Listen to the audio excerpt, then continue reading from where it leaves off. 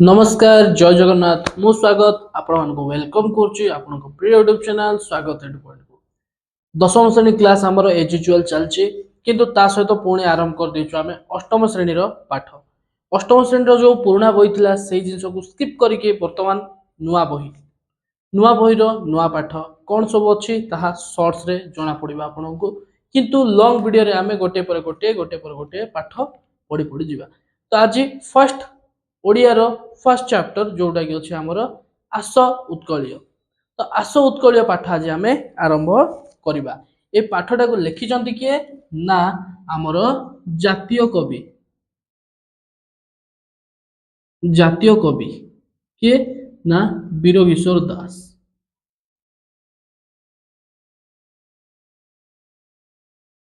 जातीय कवि वीरकिशोर दास। जातीय कवि वीरकिशोर दास जन्मग्रहण केबे करथिले ना 1896 मसीहा। केबे ना 1896 मसीहा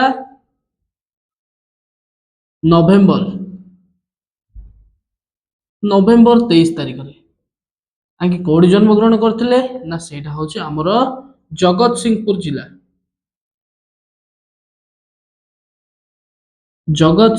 जिल्लार पुनंग ग्राम रे गोटे गाँ अच्छे से सान गाँ टे से गाँ ना कौन पुनंग। तो जातीय कवि वीरकिशोर दास आमर 1896 मसीहा नवेम्बर 23 तारिख जन्मग्रहण करथिले कोडी ना जगतसिंहपुर पुनंग ग्राम रे। आउ तांकर जो आस उत्कलीय से जिनस ओडिशा लोक को उद्बोधन देकी इंग्रेज मान विरुद्ध रे स्वर उत्तोलन करने से लिखिथिले। वर्तमान आज आम आरंभ करबा एही पाठर विषय। तो कौन अच्छे ना कवि द्वारा लिखित पुस्तक गुड़िक हूँ कौन सब लिखिं ना मोहन बंशी विद्रोही बाणी फूलचंदन वीर गीतिका प्रभृति। आस उत्कलीय कविता कवि द्वारा वीर गीतिका। तो मन रख पिला माने ये जो आस उत्कलीय यहाँ कौटू आसी ना वीर गीतिका गोटे पाठर ना गोटे बहीर ना संकलित जोड़ा कि वीर गीतिका सेठू आसी पाठटी आस उत्कलीय जोड़ा कि तुम ओडिया साहित्य बहीर प्रथम पाठ। तो आरंभ करवा। फर्स्ट अच्छी आस उत्कलीय शुण सर्वे मिड़ी ए देश जातिर पूर्व कथा स्मरणे जार गौरवे ताहार आपे आपे नई पड़िबो मथा। आस उत्कलीय एठारे काहाकू ना उत्कलीय उत्कलीय ओडिशार पुराना ना होची कोन पिला माने ओडिशार पुराना ना कौन ना उत्कल। तो ये जो उत्कलर लोक मान को कौन कह जाए उत्कलवासी को उत्कलवासी बा ओडिशावासी को कौन कह जाए ना उत्कलीय। तो आस उत्कलीय उत्कलीय माने अर्थात ओडिशार लोक माने आस शुण सर्वे मिली माने समस्ते सर्वे अर्थ कौन ना समस्ते लिखु था पिला माने शब्द जो द्वारा शब्दकोश वृद्धि हम सर्वे अर्थ कौन ना समस्ते शुण समस्ते मिसिकी शुण कौन ना ए देश जातिर पूर्व कथा ए देश माने आम भारत वर्ष जाति ओडिया जातिर पूर्व कथा अर्थात पूर्व ये स्वर वर्ण रे सॉरी आमर पूर्व जोड़ा रहिला जदि आमे होची पूर्व कथा माने पुराना कथा ये देश ये ओडिया जातिर पुराना कथा बा पछ कथा सब शुण स्मरण जार गौरवे तोहर आपे आपे नही पड़िबो मथा। जदि आमे आमर पुराना कथा जेमिति कि रहिला धर्मा कथा हो बाजीराउत कथा हो कि आमे जदि कथा कहबा पुरी जगन्नाथ मंदिर रो कि आमर कलाकृति भुवनेश्वर लिंगराज मंदिर कलाकृति कोणार्क सूर्य मंदिर रो तो यही सब कथा शुणिले आम पाइक पुओंकर कथा तो यही सब कथा शुणिले आम कौन हम ना गौरव स्मरण जार स्मरण अर्थ स्मरण करवा कौन स्मरण अर्थ स्मरण करवा बा मने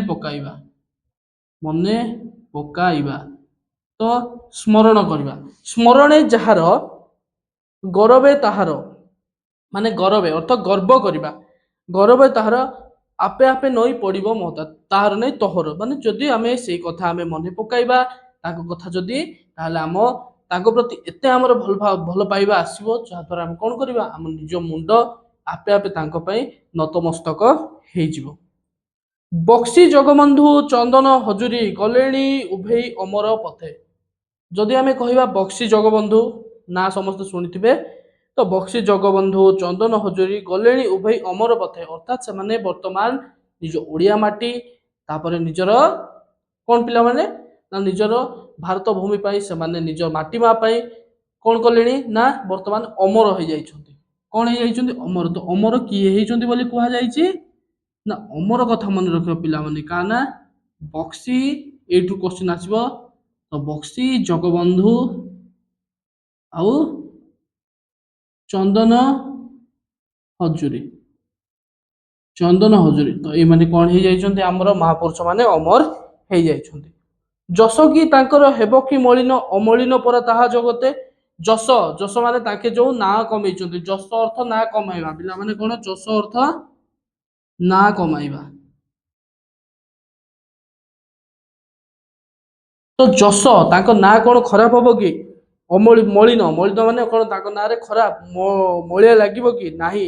ଅମଳିନ ପରା ତାହା ଜଗତେ ତାହା କେବେ ମଧ୍ୟ ମଳିନ ହବ ନାହିଁ। ଜଗତରେ ତା ନାଁ ପୁରା ସୁନ୍ଦର ସ୍ୱର୍ଣ୍ଣମ ଅକ୍ଷରରେ ଲେଖା ଯାଇଛି। ପାଇକ ପୁଅର ଗାରିମା ଯା ଥିଲା ସ୍ୱାଧୀନତା ଜାଗେ ଦେଲା ତା ଆହୁତି। ପାଇକ ପୁଅ ଯେଉଁମାନେ ପାଇକ ପୁଅ ଆମର ଯାହାକି ଖୋର୍ଦ୍ଧା ଜିଲ୍ଲାରେ ସାଧାରଣତଃ ରୁହନ୍ତି। ପାଇକ ବିଦ୍ରୋହ ଶୁଣିଥିବେ ସମସ୍ତେ ନା। ତ ଯାହାକି ପାଇକ ପୁଅ ମାନେ ଆମର ଇଂରେଜ ମାନଙ୍କୁ କେତୋଟି ଦଳରେ ହେଇକି ଲଢିଥିଲେ। ବାଣୁଆ କ'ଣ ସବୁ ଥିଲା ନା ମତେ ବି ମନେ ପଡୁନି ପିଲାମାନେ। ତ କେମିତି ସେମାନେ ନିଜ ନାଁ ପାଇଁ ନିଜ ମାଟି ପାଇଁ ପାଇକ ଜାତି ଆମର କେମିତି ଲଢିଥିଲା ସମସ୍ତଙ୍କୁ ଜଣା। ତ ପାଇକ ପୁଅର ଗାରିମା ଯାହା ଥିଲା ଯୋଉ ତାଙ୍କ ମାନଙ୍କର ଗର୍ବ ଥିଲା ଯୋଉ ସୁନ୍ଦରତା ଥିଲା ନିଜ ମାଟି ମା ପାଇଁ ତାଙ୍କର ଯୋଉ ଭଲ ପାଇବା ଥିଲା ସ୍ୱାଧୀନତା ଜାଗେ ଦେଲା ଆହୁତି। ସବୁ ଜିନିଷ ତାଙ୍କ କ'ଣ ନା ସ୍ୱାଧୀନତା ପାଇଁ ଦେଶ ସ୍ୱାଧୀନ ହବ ଦେଶର ମଙ୍ଗଳ ପାଇଁ ମାଟି ମା ପାଇଁ କ'ଣ କଲେ ନା ଆହୁତି କରିଦେଲେ। ସବୁ ନିଜର ଦାନ କରିଦେଲେ। ସେ ଜାତି ଦାୟଦ ଆମେ ସରବେ ବୋଲି ହେବା ଅଙ୍ଗେ ସେହି ବିଭୂତି। ସେ ଜାତିର ଦାୟଦ ଅର୍ଥାତ୍ ସେ ଜାତିର ଉତ୍ତର ଅଧିକାରୀ ଅର୍ଥାତ୍ ଆମର ଯୋଉ ପାଇକ ଜାତି ଓଡ଼ିଆ ଜାତି ବୁଝା ପଡ଼ିଲା ପିଲାମାନେ। ପାଇକ ଜାତି କିମ୍ବା ଓଡ଼ିଆ ଜାତି ଯୋଉଟା ରହିଲା ଆମେ ତା ଦାୟଦ ଦାୟଦ ଅର୍ଥ କ'ଣ? ଦାୟଦ ଅର୍ଥ ବଂଶଧର। ଆମେ ତାଙ୍କର ହିଁ ବଂଶଧର। ଆମେ ସେ ଓଡ଼ିଶା ଜାତିର ଓଡ଼ିଆ ଜାତିର ହିଁ ବଂଶଧର। ତ ତାଙ୍କର ଯେଉଁ ଗାରିମା ଯାଇଥିଲା ସ୍ୱାଧୀନତା ଜାଗେ ଦେଲା ଆହୁତି। ସେ ଜାତି ଦାୟଦ ଆମେ ତ ସରବେ ଆମେ ସବୁ ସେଇ ଜାତିର ହିଁ ବଂଶଧର। ବଳି ହେବା ଅଙ୍ଗେ ସେଇ ବିଭୂତି। ତାଙ୍କର ଯେଉଁ କାମ ଥିଲା ତାଙ୍କର ଯେଉଁ ଚିନ୍ତାଧାରା ଥିଲା ଆମେ ସେହି ଚିନ୍ତାଧାରା ହିଁ ଆମ ଦେହରେ ଆମ ମନରେ ଆମ ମୁଣ୍ଡରେ ତାକୁ ହିଁ ବସାଇବା ଯଦ୍ୱାରା ଆମେ ଆମ ଦେଶର ରାଜ୍ୟର ଉନ୍ନତି କରିବା। ତୋଷାଳୀ ପ୍ରାନ୍ତରେ ଦିନେ ବହିଥିଲା ସମରେ ବୀରର ରକତ ନଈ। ସ୍ୱାଧୀନତା ପାଇଁ ପ୍ରାଣ ଦେଲେ ଯେତେ ପଚାରିଲା ମାଟି ଯିବ ତ କହି। ତୋଷାଳୀ ପ୍ରାନ୍ତରେ ଯୋଉ ଆମର ଗୋଟେ ଜାଗା ଅଛି ଯାହାକି ତୋଷାଳୀ ସେଇଠି ଇଂରେଜ ମାନଙ୍କ ବିରୁଦ୍ଧରେ ଯୁଦ୍ଧ କରିଥିଲେ ଓଡ଼ିଆ ଜାତିର ଲୋକମାନେ। ତ ସେଇ ଯୋଉ ତୋଷାଳୀ ପ୍ରାନ୍ତ ସେ ପ୍ରାନ୍ତରେ ଯେ କେତେ ଯେ ରକ୍ତ ବହିଥିଲା କେତେ ଯେ ଇଂରେଜ ମାନେ ନିଜ ଗୁଡିରେ ଲୋକମାନଙ୍କୁ ଶିକାର କରିଥିଲେ ତାହାର କିଛି ହିସାବ ନାହିଁ। ସମରେ ବୀରର ରକତ ନଈ। ସେ ସମରେ ଅର୍ଥ କ'ଣ? ଯୁଦ୍ଧ ସମୟରେ। ତ ଯୁଦ୍ଧ ସମୟରେ ଯେ ରକତର କେତେ ଯେ ନଈ ସେଇଠି ବହି ଯାଇଥିଲା ତାହାର କିଛି ହିସାବ ନାହିଁ। ସ୍ୱାଧୀନତା ପାଇଁ ପ୍ରାଣ ଦେଲେ ଯେତେ ପଚାରିଲା ମାଟି ଯିବ ତ କହି। ସ୍ୱାଧୀନତା ପାଇଁ ଭାରତ ସ୍ୱାଧୀନ ହେବା ପାଇଁ ଓଡ଼ିଆ ଜାତି ସ୍ୱାଧୀନ ହେବା ପାଇଁ କେତେ ଯେ ରକ୍ତ ଏହି ଓଡ଼ିଆ ଜାତି ବହିଛି। ଯଦି ଆମେ ମାଟି ମାଆକୁ ପଚାରିବା କାହାକୁ ନା ମାଟିକୁ ପଚାରିବା ଗୋଟିଏ ଗୋଟିଏ କରି ସବୁ ନାଁ କହିବ କେଉଁମାନେ ଶହୀଦ ହେଇଥିଲେ କ'ଣ ହେଇଥିଲେ ବୋଲି କବି କହୁଛନ୍ତି। ନେକ୍ସଟ ଶାନ୍ତି ମୈତ୍ରୀ ପ୍ରୀତି ପୂତବାଣୀ ଜହିଁ ସ୍ମରୁଥିଲା ପ୍ରତି ଅନ୍ତର ଭରି। ଅହିଂସା ମନ୍ତ୍ରରେ ଦେଲା ଯେଉଁ ଦୀକ୍ଷା କାହିଁ କେଉଁ ଦେଶ ହେବ ତା ସରି। ଶାନ୍ତି ମୈତ୍ରୀ ଆଉ ପ୍ରୀତି ଏ ଯୋଉ ଶାନ୍ତି ମନରେ ଶାନ୍ତି ମୈତ୍ରୀ ସଦ୍ଭାବନା ଆଉ ପ୍ରୀତି ସମସ୍ତଙ୍କ ପ୍ରତି ଭଲ ପାଇବା ଏଇ ସବୁର ଯୋଉ ମାନେ ଅନ୍ୟ ସହିତ ଝଗଡ଼ା କରିବାନି ଅନ୍ୟ ସହ ମିଶିକି ରହିବା ଯାହାକି ରହିଲା ଆମର ବସୁଧୈବ କୁଟୁମ୍ବକମ୍ ଅତିଥି ଦେବ ଭବ ଏହିପରି ବଡ଼ ବଡ଼ ମନ୍ତ୍ରର ବାଣୀ ଯେଉଁକି ଉତ୍କଳ ଆମର ପ୍ରଚାର କରିଥିଲା ସେହିପରି ମନୋଭାବନା ଆମ ଓଡ଼ିଆ ଜାତିର ଥିଲା ବୋଲି କବି କହୁଛନ୍ତି। ଅହିଂସା ମନ୍ତ୍ରରେ ଦେଲା ଯେଉଁ ଦୀକ୍ଷା ଯାହାକି ଅହିଂସା ଅହିଂସା ଅର୍ଥ କ'ଣ? ହିଂସା ନ କରିବା। ଅହିଂସା ଅର୍ଥ କ'ଣ ପିଲାମାନେ? ଅହିଂସା ଅର୍ଥ କ'ଣ? ହିଂସା ନ କରିବା ଅର୍ଥାତ୍ ହିଂସା ମାନେ ଅନ୍ୟକୁ ହିଂସା ନ କରିବା ଅନ୍ୟ ପ୍ରତି କ୍ରୋଧ ମାୟା ମୋହ ଦ୍ୱେଷ ଏ ପ୍ରକାର ଜିନିଷ ରଖିବା ନେଇ ମାରପିଟ କରିବା ନାହିଁ। तो ए प्रकार जो माने जो देश शिक्षा देला ताहा होचे आम भारत आम उत्कल। तो केउं देशर मध्ये ए प्रकार शिक्षा व्यवस्था नाही जहाँकि भारत अन्य को शिक्षा देई थाए। जाति पाई दिने बाळुत धर्मा झासीथिला प्राण सागर जळे लिबिब कि तार अलिबा काहाणी थिबा जाए नर धरणी तले। अर्थात जाति पाई पिलामाने तमे पढ़िथिबो चतुर्थ श्रेणी बोधे पाठटा अछि कोन सान सिना दानता महान। धर्मा धर्मा कोन करथला पिलामाने ना कोणार्क मंदिरर कोन मारथला मुंडी मारिथिला। तो निज 1200 बढ़ईर रक्षा पाई का पाई ना निज 1200 बढ़ईर रक्षा पाई बढ़ई जातिर रक्षा पाई ओडिशा जातिर गौरव से कोन करथला ना निज प्राण को बलि दे देथिला।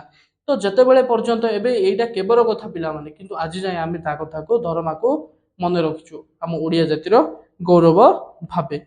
तेणु जेतेबेले जाय कवि कहउछन्ती जेतेबेले जाय आम मनुष्य जाति एठी अछि आमे केबे मध्ये धर्मा को भूलिबा नाही।